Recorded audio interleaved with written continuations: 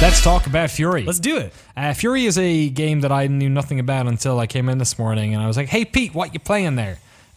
So it's free on PlayStation Network this week for PSN, PS Plus. Yeah, free for PlayStation Plus users. I think $25 otherwise. Okay. It's a game. That's a real good deal for PlayStation Plus then, I guess. That's a lot. I think this is one of those games that's priced maybe higher than most people are willing to accept for what it is. Right. So, I mean, I think we can talk about value all day. But anyway, the game is free, so if you're a PlayStation Plus user, I definitely recommend you buying it. It's out on PC as well? It's out on PC as well.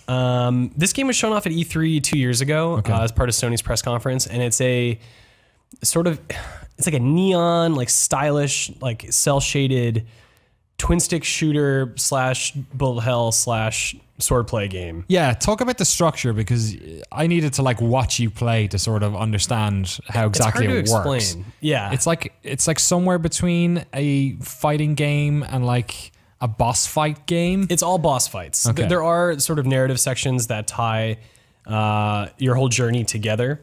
But essentially, you are in a circular arena against a boss.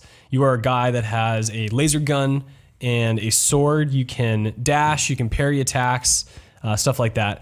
But these boss fights, it's not just like the boss has one health bar. The whole thing is defeating a boss in different stages. So one boss may have 5 or 6 stages.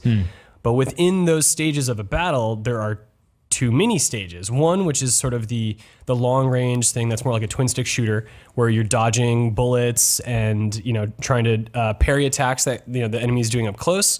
When you whittle their health down enough, then it goes into this close range swordplay thing, and the camera zooms in and it's really close, and it's all about parrying and dodging these unblockable attacks in time.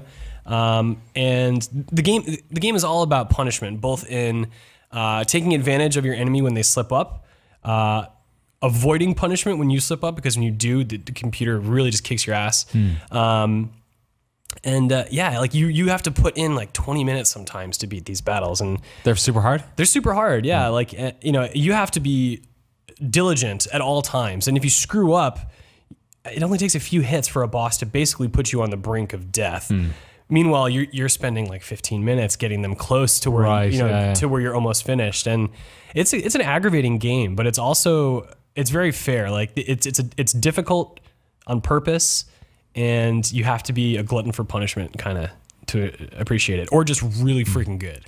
So how many, I guess, like how long is it? How many, like, because I haven't beaten it yet. How many bosses have you like come up against? 5. I think there are 8 total. There's like one scene where they show sort of like a series of planets descending. And I think I counted 8. I've gotten through 5 at this point. And is it like a single run where you need to like kill them all in a row without dying, or like are you saving in between each fight? Yeah, you save in between each fight. Yeah, but man, like I've spent hours on a single fight before, and it was always the sort of thing where I'd get like 80% of where I needed to be, but then like something would happen in that last 20%. Either I didn't know what to do, or I slipped up and like let frustration get the better of me, and then I had to just start over. And it's one of those things where you're like, do I want to sit here for another 20 minutes and like beat my head against the wall? You kind of do. Yeah. Like it's a really fast game that feels really great when you succeed. So are you playing it because you feel like you have to because you want to review it, or are you actually like going back because you're enjoying it? It's both. I mean, I'm reviewing the game, so I have to beat it, but I'm enjoying playing it. Like there's something about it's one of those things where you put it down after being frustrated for a while, and you come back the next day, and then you're like, oh man, like this is what I was missing yesterday. Like I'm feeling pretty good now. And that feeling is great. It's gratifying, and it makes you appreciate the game a little bit more. So I'm finding that the more I play it, the more I love it. Cool. Yeah. Good stuff. Mike, you interested in playing this bad boy at all? Furi? Yeah, I mean, I hate the comparison because it's kind of overused lately, like to ill effect a lot. But Dark Souls? Yeah. I have to say, because I've been wanting to replay Dark Souls 3 again. But I mean, it seems like something, despite the fact that you might be putting, like you said, 20 to 30 minutes into these boss fights, from what I saw, the moment-to-moment gameplay seemed satisfying and fun enough that I would want to replay those bosses just to beat them. Yeah.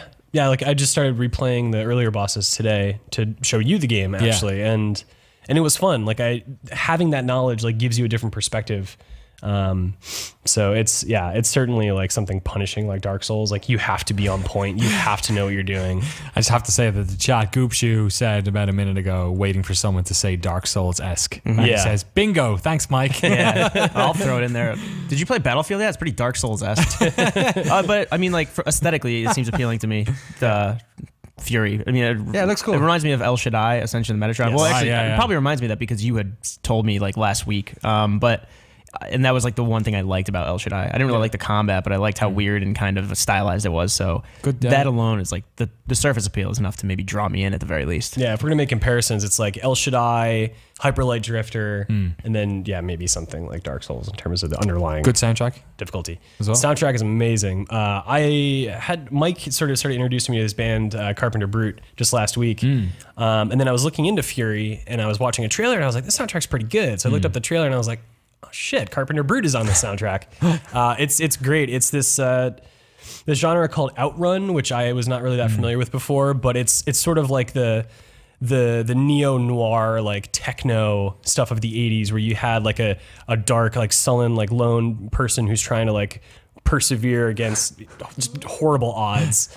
Sounds like Perturbator style. Yeah, exactly. Perturbator. They're on the soundtrack. Okay, it's like hardcore upscale like like up-tempo Kavinsky. If you've seen like Drive, imagine Drive on like Coke. Well, I don't know, but How would you know what that? Yeah, I don't know. What are you talking about, Michael? Or like if you've seen like Hobo with a Shotgun, it's that kind of music. Yeah, okay. You should watch that. Oh man, I spent a lot of the weekend playing The Witcher 3 Blood and Wine, which starts off with 3 goddamn boss fights in a row. Oh yeah. There's something about this game which is like, that was traumatic enough as it is. But boss fights are really special, right? Like it's one of video games' greatest traditions. Yeah. But usually that sort of game like this is relegated to like, you unlock a boss rush mode in a game. Right. Or like Mega Man at the end, you'll fight the series of bosses. But it's rare we see a game that is only boss fights. Right. Like Shadow of the Colossus comes to mind. Yes. Punch Out as well. Or I feel like we're having the same conversation we did this morning, but whatever. But like every fighting game is almost like a boss rush game. Totally. But yeah, there's like this real sense of like, it's a really potent experience, and how you take it is it kind of defines whether you like it or not. It's dope. I know you haven't completed it yet, but how about that Doom boss fight at the end? Yeah, it's pretty good. Yeah, boss fights, good stuff. Yeah, let's not talk about that. I haven't gotten there yet. Yeah, complete Doom, and then complete Inside. Before the internet ruins that one as well. Do that, it's really good. Well, I actually saw the end, and I did not see Inside? anything else. Yeah. Oh, motherfucker. Alex Newhouse was playing it next to me last week. Oh, right. Yeah, don't look it up. Just play the game. It's really good. Anyway, all right, that's enough. When's the review going up for Furi? Hopefully tomorrow. I've been sick, like just in a puddle of my own filth, so I'm just trying to pull myself out of that. So 6 out of 10. Yeah, I'm gonna try my. Oh shoot, we're going to see a movie tonight. Yeah, I'll be staying up late What tonight. movie are you gonna see? What are we going Swiss Army Man. Okay. Paul Dano and Daniel Radcliffe. And for those who want to know, it's F-U-R-I, not F-U-R-Y, if you're looking for anything about this game. Yeah, and it's free. Like seriously, if you have PlayStation 4 and PlayStation Plus, just play the game. Yeah, that's all I can say. Yeah, and who doesn't have PlayStation Plus when they're on PlayStation 4 right now? Some people. People don't play online, I guess. Yeah. All right, there you go.